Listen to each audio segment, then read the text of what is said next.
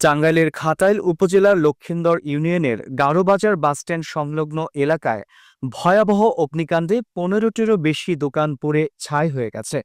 রবিবার ১৬ মার্চ রাত ৮টার দিকে কারেন্ট লাইনের শর্ট সার্কিট থেকে আগুনের সূত্রপাত হয়। আগুন প্রথমে একটি লেপ্টশুকের দোকানে ছড়িয়ে পড়ে এবং মুহূর্তের মধ্যেই আশপাশের অন্যান্য দোকানে ছড়িয়ে যায়।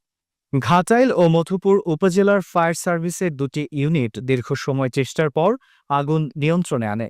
তবে ততক্ষণে দোকানীদের সর্বস্ব পুড়ে গেছে।